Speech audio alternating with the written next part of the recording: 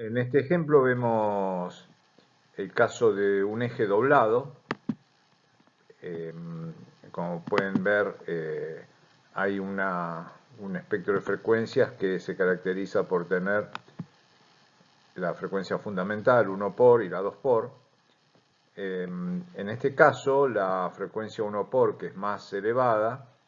está de alguna manera indicando que el eje se encuentra doblado cerca del centro, prácticamente como lo está mostrando esta imagen. Cuando se hace más evidente la 2 por, como si fuera una desalineación, el eje está doblado en uno de sus extremos. La mejor manera de poder medir de poder tomar los datos de esta falla de un eje doblado es en sentido axial. En sentido radial vamos a ver siempre una 1 por importante, pero en sentido axial vamos a ver la diferencia entre la frecuencia fundamental y 2 veces la frecuencia fundamental, porque me va a estar hablando de una especie de desalineación dada la característica del eje doblado. Cuando un rodamiento es mal montado y se encuentra desalineado, o sea, ha quedado clavado en el eje en una manera desalineada, también vamos a tener un síntoma vibratorio, y lo que me va a dar es un espectro de frecuencia en sentido axial también. ¿Por qué? Porque se presenta como si fuera una desalineación, porque esta forma en que está montado, bueno, exagerado acá, el rodamiento, está forzando el eje a adoptar una posición concéntrica con su orificio, de manera que lo que está haciendo es desalinear el equipo. Por eso se ve el espectro de frecuencia, la mejor manera de interpretarlo es en sentido axial, y apareciendo estos armónicos, desde la fundamental hasta 3 veces a veces la velocidad de giro. No se puede alinear, esto es inalineable, o sea, cuando uno intenta alinear y la alineación no responde, bueno, lo mejor es desarmar los rodamientos y ver si no se trata de un fenómeno de desalineación en cuanto al rodamiento. Además de ejes doblados, podemos encontrar también que otras fuentes de vibración que se miden y se detectan en forma axial son los ejes con resonancia por giro. Esto es cuando la velocidad de giro coincide o está muy cercana a la frecuencia natural de resonancia del conjunto del eje. Los rodamientos sueltos en el eje, además de los rodamientos mal enclavados, resonancia de algún componente, rodamientos de empuje con desgaste, precisamente la forma en que trabaja un rodamiento de empuje es en sentido axial, engranajes helicoidales o angulares gastados, que son precisamente los dos tipos de engranajes que meten esfuerzos axiales en el tren de engranajes, motores con rodamiento deslizantes, cuando están buscando el centro magnético, o sea, un motor cuando arranca siempre busca el centro magnético, y si uno lo acopló en frío y no tuvo en cuenta dónde está el centro magnético y lo desplaza o lo corre de ese centro magnético, cuando el motor arranque va a intentar buscar el centro magnético. Depende cómo sea la carga de desplazamiento axial, por ejemplo, empuje axial debido a una bomba, lo que va a hacer es tratar de arrastrar el eje, sacarlo del centro magnético. Cuando lo saca del centro magnético, la misma fuerza magnética vuelve a centrarlo y ahí tenemos máquinas oscilantes que, bueno, que lo que están haciendo es darme una señal en vibración axial. Bueno, y los componentes que son debidos a las cuplas de desbalanceo, como hemos visto, que también se caracterizan por tener preponderancia en el sentido axial. Una soltura mecánica me está hablando precisamente de cuando yo tengo un soporte de rodamiento o de cojinete que está tomado a una base de algún equipo, una base puede ser de hormigón, lo que sea, y yo tengo, bueno, algún tipo de soltura mecánica, o sea, algún bulón flojo,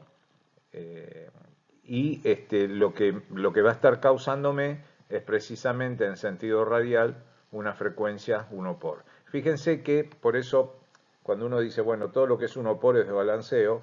en la mayor cantidad digamos, en una gran cantidad de fallas típicas que se pueden dar en los equipos rotantes, siempre aparece la 1 por. O sea que no es tan fácil a veces, lo que uno siempre tiende a pensar es que el equipo está desbalanceado, pero bueno, el tema es que cuando no está desbalanceado y es 1 por es debido a desalineación, a soltura mecánica, a un rodamiento mal montado, a un rodamiento suelto, y uno intenta técnicas de balanceo, digamos, esa posibilidad de balancear es no remota, sino directamente nula. O sea, no se puede balancear un equipo que tiene este tipo de fallas. Nuevamente un caso de soltura mecánica. Por ejemplo, cuando tenemos en el caso de una caja portarrodamientos, una soltura directamente de la caja, debido a un bulón flojo, se dan espectros de frecuencia como el que estamos viendo acá. La 1 por, la fundamental, y los armónicos, 2 por, 3 por, y esto puede crecer de acuerdo al grado de soltura que tenga. Y puede dar origen a la aparición de un subarmónico, a la mitad de la frecuencia de giro, o sea, medio por, y también en algunos casos se pueden dar medios armónicos entre los armónicos que vienen por encima de la frecuencia fundamental. Un rodamiento de fricción cuando tiene una holgura excesiva. Después vamos a ver otro tipo de fenómenos que ocurren debido a las holguras excesivas, pero cuando la holgura excesiva en un buje o en un rodamiento de fricción ocurre, el espectro de frecuencias puede presentar este tipo digamos, de disposición, ¿no? Aparecen todas las frecuencias de acuerdo a la gravedad, de acuerdo a cuanto mayor se va incrementando la holgura, mayor cantidad de armónicos van apareciendo.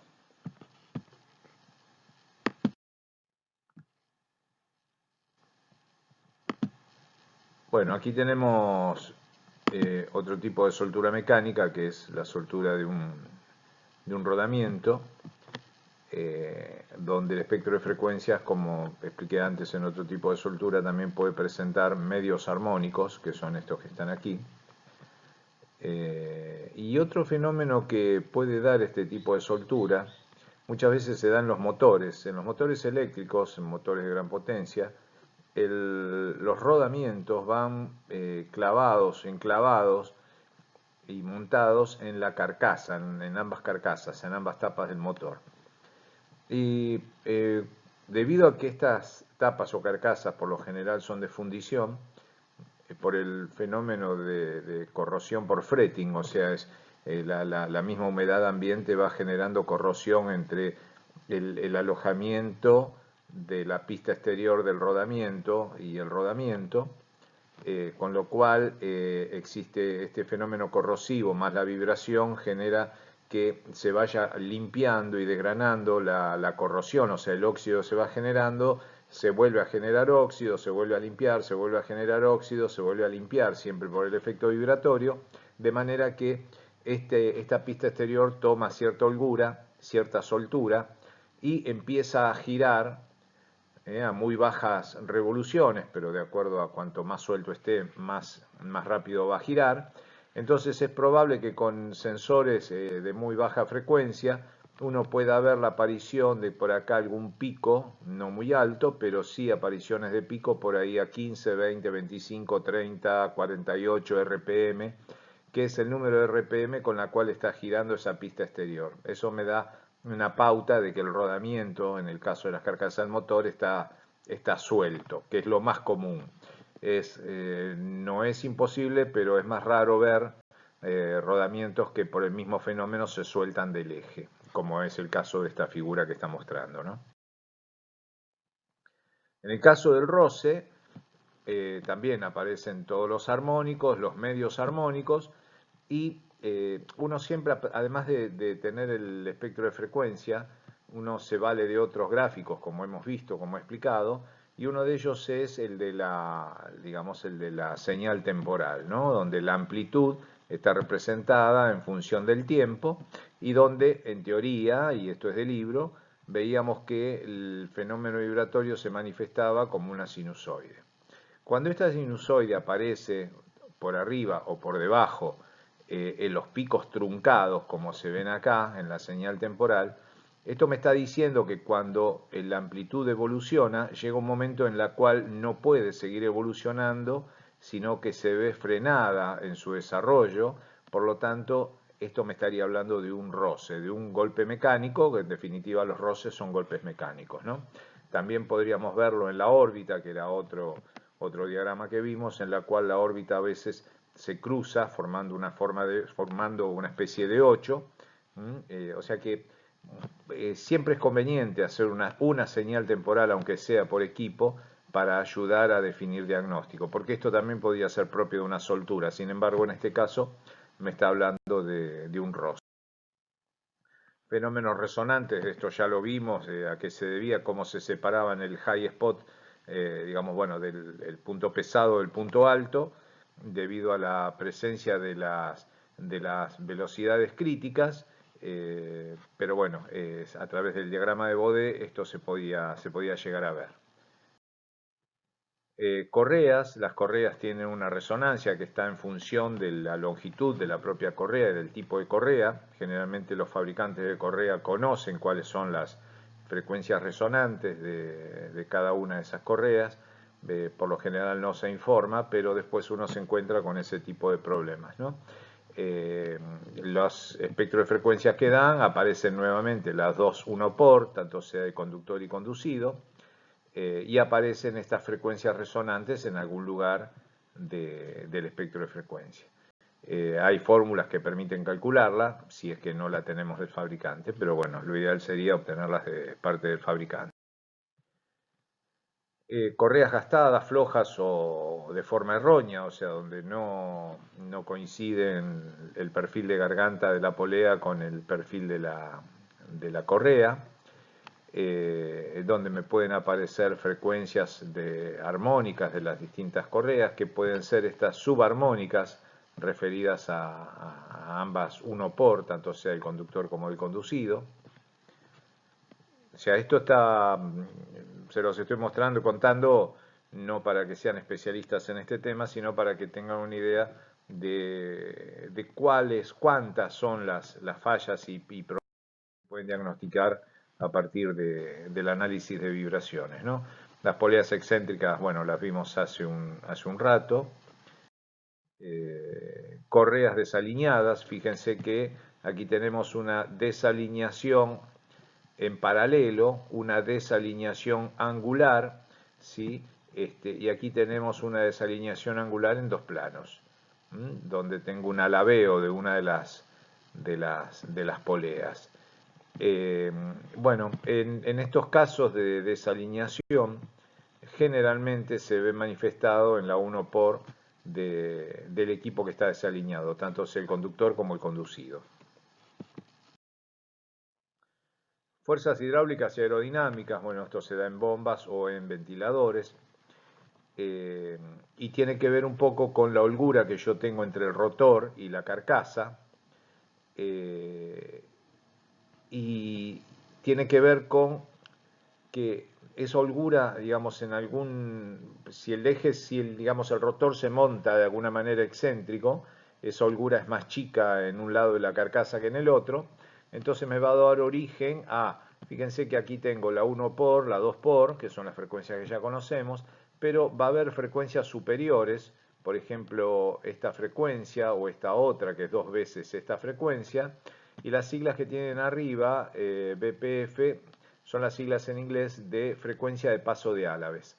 Esto me está diciendo que el número de RPM multiplicado por el número de Álaves que yo tengo en la turbina de un ventilador o en el rotor de una bomba, me va a estar dando esta frecuencia de paso de Álaves. Si está presente, quiere decir de que hay, bueno, un problema con digamos, el intersticio, con el entrehierro que hay entre rotor y estator, y problemas de excentricidad.